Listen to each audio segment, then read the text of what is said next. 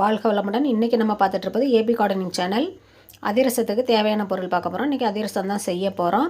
இங்கே பாருங்கள், இந்த பாத்திரத்துக்கு 4 அளவு அரிசி எடுத்துருக்கிறேன்.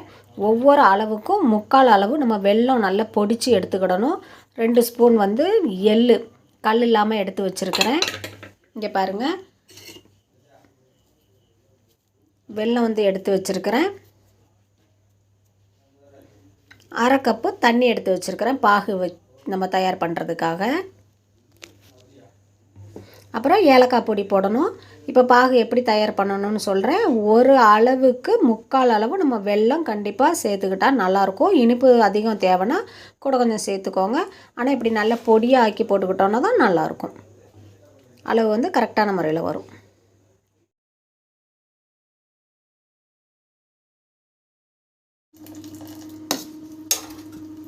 வெல்லம் பாகு பாருங்கள், நல்லா கொதிச்சு வந்துருச்சு.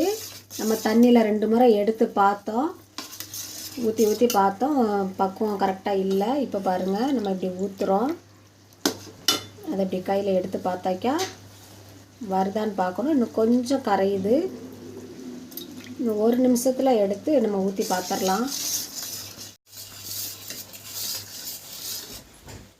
இப்போ பாருங்கள், நம்ம இன்னொரு முறை எடுத்து ஊற்றி பார்க்குறோம்.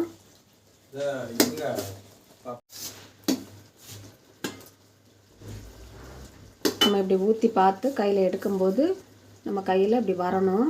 இது கரெக்டான பக்குவம்.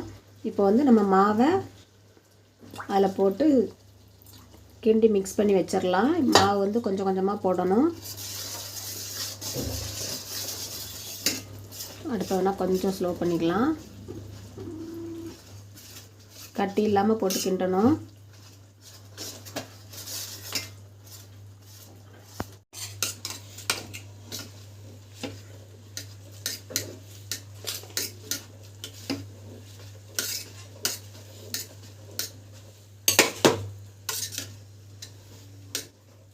எல்லா மாவையும் போட்டு நல்லா கிண்டி இறக்கி வச்சிடணும்.